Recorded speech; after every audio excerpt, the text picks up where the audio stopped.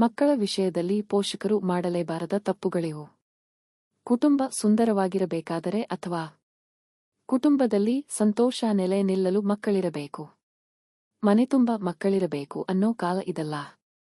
ಪರಿಸ್ಥಿತಿ ಬದಲಾಗಿದೆ. ಒಂದಿಬ್ಬರು ಮಕ್ಕಳನ್ನು ಪಾಲನೆ ಮಾಡುವುದು ಸಾಹಸವಾಗುತ್ತಿದೆ.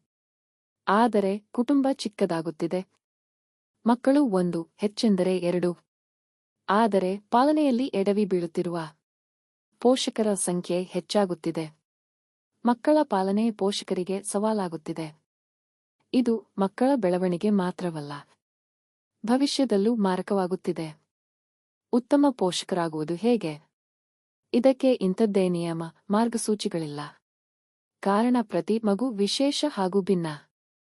ಪ್ರತಿ ಮನೆಯಲ್ಲಿನ ಸವಾಲು ಬೇರೆ. ಪರಿಸ್ಥಿತಿ, ಸರಿ ತಪ್ಪುಗಳು ಬೇರೆ ಬೇರೆ. ಆದರೆ ಮಕ್ಕಳ ಪಾಲನೆ ಹಾಗೂ ಪೋಷಣೆಯಲ್ಲಿ ಕೆಲ ತಪ್ಪುಗಳಿಂದ ದೂರವಿದ್ದರೆ ಉತ್ತಮ ಪೋಷಕರಾಗಲು ಸಾಧ್ಯವಿದೆ. ಮಕ್ಕಳು ಸರಿದಾರಿಯಲ್ಲಿ ಸಾಗಲು ಸುಲಭವಾಗಲಿದೆ. ಮಕ್ಕಳ ಪಾಲನೆಗೆ ಪೋಷಕರು ಇನ್ನಿಲ್ಲದ ಪರಿಪಾಠ ಅನುಭವಿಸುತ್ತಿರುವುದು ಹೊಸದೇನಲ್ಲ. ಎಲ್ಲಾ ಕಾಲದಲ್ಲೂ ಪೋಷಕರ ಪಾಡು ಹೇಳುತ್ತಿರದು. ಆದರೆ ಡಿಜಿಟಲ್ ಜಗತ್ತಿನಲ್ಲಿ ಪೋಷಕರ ಸವಾಲು ದುಪ್ಪುಟ್ಟು. ಮಕ್ಕಳು ತಪ್ಪು ಮಾಡುವುದು ಸಹಜ. ಆದರೆ ಪೋಷಕರೇ ತಪ್ಪು ಮಾಡಿದರೆ ಮಕ್ಕಳ ಗತಿ ಏನು? ಎಲ್ಲಿ ತಪ್ಪು ಮಾಡುತ್ತಿದ್ದಾರೆ ಅನ್ನೋ ಅರಿವು ಪೋಷಕರಿಗೆ ಆಗದಿದ್ದರೆ ಮಕ್ಕಳ ಪಾಲನೆಯಲ್ಲಿ ಸಮಸ್ಯೆಗಳಾಗುವುದು ಖಚಿತ. ಮಕ್ಕಳ ಆರೈಕೆ, ಬೆಳವಣಿಗೆ ಪೋಷಕರಿಗೂ ಹೊಸದು. ಪೋಷಕರ ಸಣ್ಣ ತಪ್ಪು ಮಕ್ಕಳ ಮೇಲೂ ಪರಿಣಾಮ ಬೀರಲಿದೆ. ಕೆಲವೊಮ್ಮೆ ಅಳೆದು ತೂಗಿ ತೆಗೆದುಕೊಂಡ ಉತ್ತಮ ನಿರ್ಧಾರ ಸಂಪೂರ್ಣವಾಗಿ ಬುಡಮೇಲಾದ ಉದಾಹರಣೆಗಳಿವೆ. ಹೀಗಾಗಿ ಸೆಟ್ ಆಫ್ ರೂಲ್ಸ್ ಅನ್ನೋದು ಇಲ್ಲಿಲ್ಲ. ಮಗುವಿನ ಭಾವನೆಗಳನ್ನು ನಿಯಂತ್ರಿಸುವುದು ಮಾಡಬಾರದು. ಮಕ್ಕಳ ಮನಸ್ಸು ತುಂಬಾ ಸೂಕ್ಷ್ಮ. ಮಗು ಬೇಸರಪಟ್ಟು ಅಳುವಾಗ ಏಕೆ ಅಳುತ್ತೀಯಾ ಎಂದು ಕೇಳುವುದು ಅಥವಾ ಮಕ್ಕಳು ಅಳುತ್ತಿದ್ದರೆ ಮತ್ತಷ್ಟು ಅಳುವಂತೆ ಮಾಡುವುದು ಸೂಕ್ತವಲ್ಲ. ಮಕ್ಕಳನ್ನು ಬೇರೆ ಮಕ್ಕಳ ಜೊತೆ ಹೋಲಿಕೆ ಮಾಡಿ ಹೇಳುವುದೂ ಮಾಡಬೇಡಿ. ಬದಲಿಗೆ ಅಳುವಿಗೆ ಕಾರಣವನ್ನು ಕೇಳಿ ಧೈರ್ಯ ತುಂಬಬೇಕು. ಇದರಿಂದ ಮಕ್ಕಳು ಏಳು ಬೀಳುಗಳನ್ನು ಸಮರ್ಥವಾಗಿ ಎದುರಿಸಲು ಸಾಧ್ಯವಾಗುತ್ತದೆ. ಮಗುವಿನ ಮಾತನ್ನು ಪರಿಗಣಿಸದೇ ಇರುವುದು. ಬಹುತೇಕ ಬಾರಿ ಮಕ್ಕಳು ಅನಗತ್ಯವಾಗಿ ಪೋಷಕರ ಗಮನ ಸೆಳೆಯಲು ಅಥವಾ ತಮ್ಮ ವಾದ ಮಂಡಿಸುವ ಪ್ರಯತ್ನ ಮಾಡುತ್ತಾರೆ. ಪೋಷಕರು ಅತಿ ಮುಖ್ಯ ಕೆಲಸದಲ್ಲಿ ಅಥವಾ ಮಕ್ಕಳ ಹೇಳುತ್ತಿರುವ ವಿಚಾರ ಗಮನಿಸಲು ಸಾಧ್ಯವಾಗದ ಪರಿಸ್ಥಿತಿಯಲ್ಲಿರಬಹುದು. ಆದರೂ ಮಕ್ಕಳು ಏನು ಹೇಳುತ್ತಿದ್ದಾರೆ ಅನ್ನೋದನ್ನು ಅಷ್ಟೇ ಗಂಭೀರವಾಗಿ ಆಲಿಸಬೇಕು.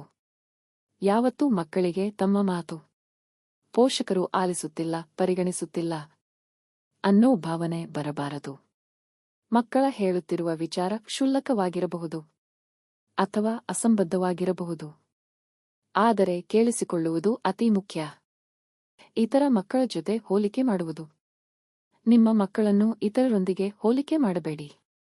ಯಾವುದೇ ವಿಚಾರ ಆಗಿರಬಹುದು, ಕಾರಣ ಇರಬಹುದು. ಹೋಲಿಕೆ ಅತಿ ದೊಡ್ಡ ಅಪಾಯಕ್ಕೆ ನಾಂದಿ ಹಾಡಲಿದೆ. ಅಂಕದ ವಿಚಾರದಲ್ಲಿ, ಕ್ರೀಡೆ, ಇತರ ಚಟುವಟಿಕೆಗಳಲ್ಲಿ ತರಗತಿಯ ಟಾಪರ್, ಪಕ್ಕದ ಮನೆಯ ಮಕ್ಕಳು ಅಥವಾ ಬೇರೆ ಮಕ್ಕಳ ಜೊತೆ ಹೋಲಿಕೆ ಬೇಡ. ಇದು ನಿಮ್ಮ ಮಗುವಿನ ಆತ್ಮವಿಶ್ವಾಸ ಕುಂದಿಸಲಿದೆ. ಮಗುವಿನ ಮೇಲೆ ನೆಗೆಟಿವ್ ಪರಿಣಾಮ ಬೀರಲಿದೆ. ಇದರಿಂದ ಹೆಜ್ಜೆ ಹೆಜ್ಜೆಗೂ ಮಗುವಿನಲ್ಲಿ ಹಿಂಜರಿಕೆ ಗಟ್ಟಿಯಾಗಿ ಬೇರೂರಲಿದೆ. ಮಕ್ಕಳಿಗೆ ಹೊಡೆಯುವುದು. ಮಕ್ಕಳಿಗೆ ಶಿಸ್ತು ಕಲಿಸಲು ದಂಡ ಪ್ರಯೋಗ ಎಲ್ಲರೂ ಮೊದಲ ಹಾಗೂ ಪ್ರಮುಖ ಆಯ್ಕೆ. ಆದರೆ ಮಕ್ಕಳಿಗೆ ಹೊಡೆಯುವುದರಿಂದ ಅಥವಾ ಥಳಿಸುವುದರಿಂದ ಶಿಸ್ತು ಕಲಿಸಲು ಸಾಧ್ಯವಿಲ್ಲ. ದಂಡ ಆ ಕ್ಷಣಕ್ಕೆ ಪರಿಣಾಮ ಬೀರುವ ಸಾಧ್ಯತೆಯಿದೆ. ಆದರೆ ಭವಿಷ್ಯದಲ್ಲಿ ಪುನರಾವರ್ತಿಯಾಗುವ ಸಾಧ್ಯತೆ ಇದೆ. ಹೀಗಾಗಿ ಮಕ್ಕಳ ಜೊತೆ ಉತ್ತಮ ಬಾಂಧವ್ಯ ಹೊಂದಿರಬೇಕು. ಅವರಿಗೆ ತಪ್ಪುಗಳನ್ನು ತಿಳಿಸಿ ಹೇಳಬೇಕು.